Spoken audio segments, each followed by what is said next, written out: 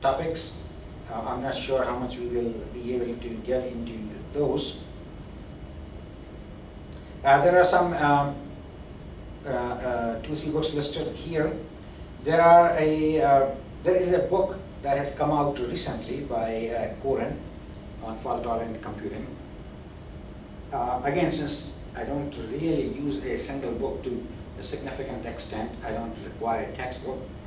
But as I was mentioning, there is a book that I have a few copies, so if you wanted to borrow it, you can do that. Okay, so let's go to overhead.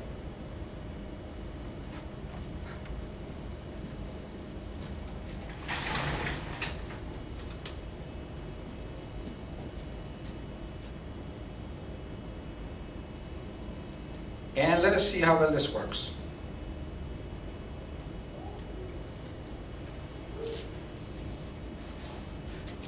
So this is what we want to study in this class. So here, at the beginning, we will take a look at some terms, and we will see how defects arise. And we will look at taxonomies of defects. What are the different types of faults are there? How do you handle faults? And we will look at quickly some reliability measures.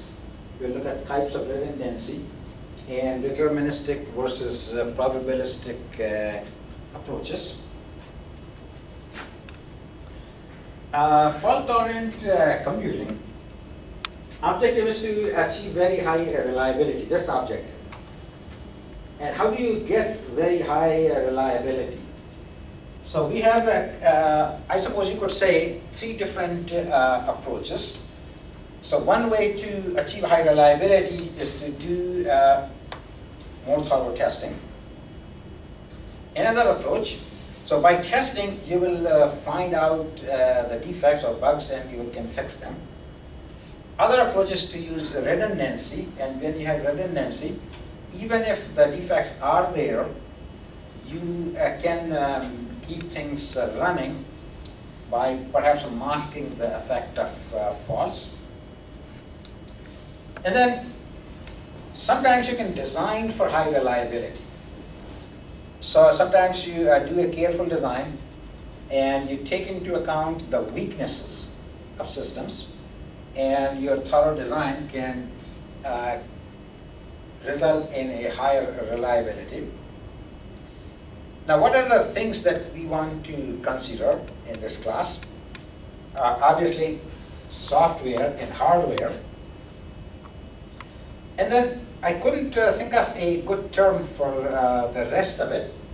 So for example, you have the network, you have the storage devices, and what should we call them? Are they hardware? I suppose you could call them hardware. But basically these devices, they contain data. And so I call them media. So we want to look at hardware, software, and media. Media is basically relates to things that contain information. Now about this course, now this is again what I was mentioning. There are a number of good books that focus on different aspects. So there are good books on reliability, there are some good books on testing, there are good books on redundancy. And typically a book takes a hardware perspective or a software perspective. But the thing is that in this course we want to do them all. We want to have a unified look at our challenge is achieving high reliability in computation, and you really need to consider all different aspects of high reliability computing. So we want to look at the relationship between reliability, testing, and redundancy. So there is a connection between testing and reliability. For example, if you take some software and test it thoroughly, it is going to be more reliable. Of course, intuitively we know it's more reliable, but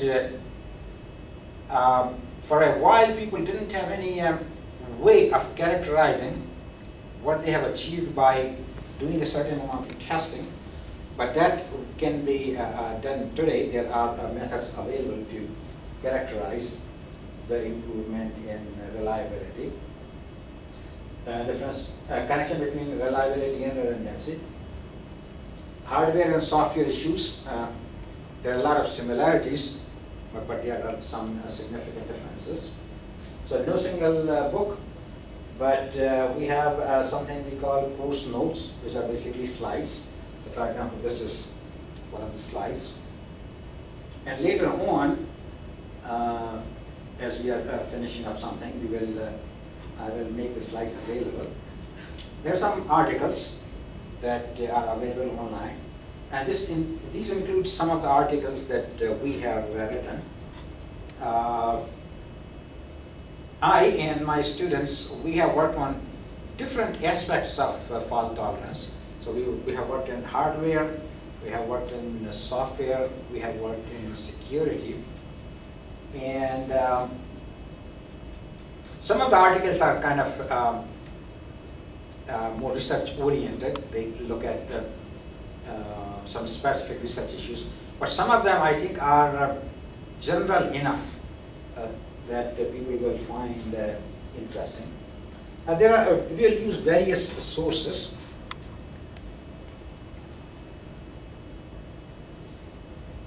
Okay, here's how many of you have heard of Murphy's Law?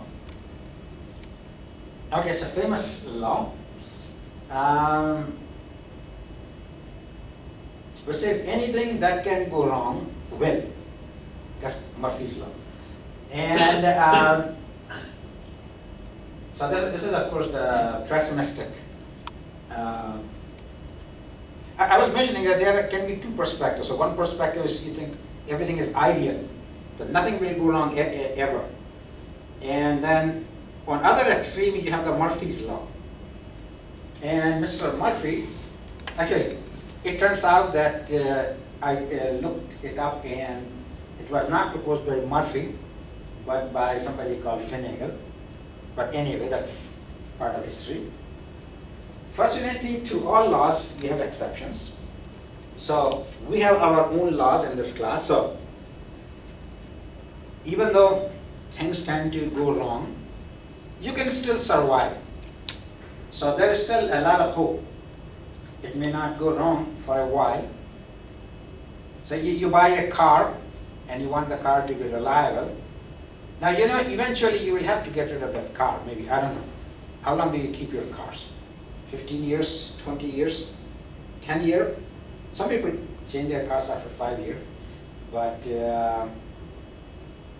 an automobile would have a limited life, but until it, for 10 or 20 years, depending on how good the car is. These days, cars tend to be more reliable because of the competitive market. It may not go wrong for a while, so you may be quite happy for a couple of decades. It may not go wrong the next time you did something and it didn't work. You try it again, maybe it works the next time. And at one time, only one thing may go wrong. So you are driving, as you drive over something, and you get a flat tire. Now, most likely, you are going to get only a single flat tire. How many of you had a flat tire? Okay. How many of you had two flat tires at the same time? Oh, you did? Yeah. So how did you manage that? Oh, I guess I was unlucky. Oh, okay. So you were especially unlucky. So, hope is that it happens only rarely. So a single spare tire would be enough. So only one thing may go wrong at a time. So the universe survives and we all live happily, right? And everything goes on. And this is because things are quite not as bad as Murphy had postulated.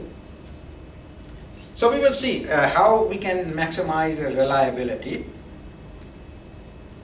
Now there is increasing concern about reliability.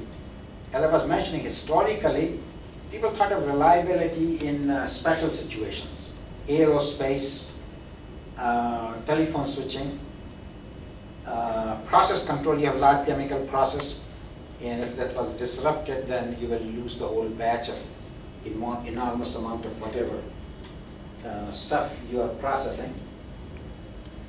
But now it's much more common. You have online banking. You do your banking online.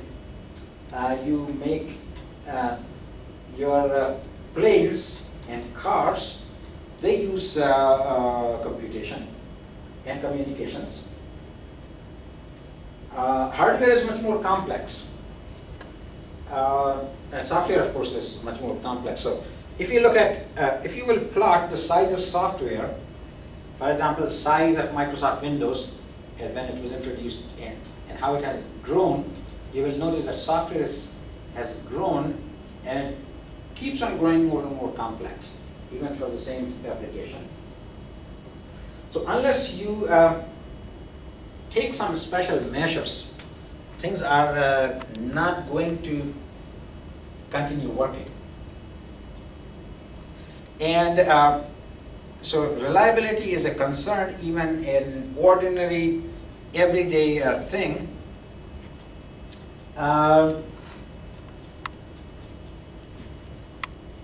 I thought this might, I was thinking of a good illustration, so I came up with this. So you have this table or stool with 4 legs. So in a computational system, for it to work correctly, you need all of these. You need good software, you need good hardware, and you need good data. Sometimes you could have good hardware and good software, but the data may be bad. Maybe the data is corrupted. And you need a good human operation. Now in our discussions, we are not going to worry about human reliability. And the reason is that it has not been adequately studied. I think it's a very important topic. Human reliability, that's something worth studying. We will kind of make a connection between human reliability and software later, when we will consider software defect density and what are the factors that relate with software defect density. But human reliability is something that is still not, that hasn't been explored in great detail. So you need all of them. Now traditionally there are 2 approaches. Now some people, they refer to these 2 approaches as fault tolerance approach and fault intolerance approach. So this is one approach is that you tolerate the faults, other approach is you don't tolerate the faults.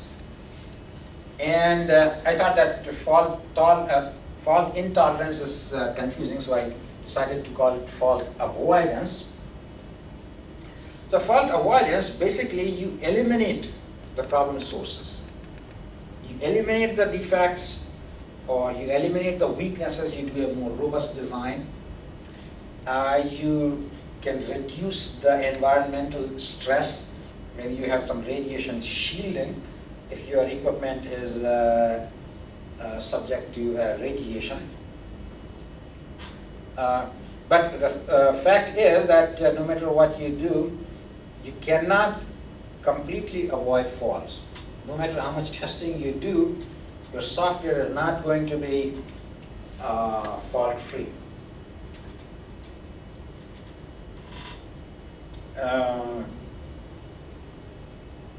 So we have to think about fault tolerance. And basically that means you have to use some kind of redundancy to take care of the fault, to mask the effect. And that means you need to use some additional resources that we will talk about. And so example, error correction coding. So you use extra bits and you can correct some errors. You can back up your storage. So This is in fact a common thing.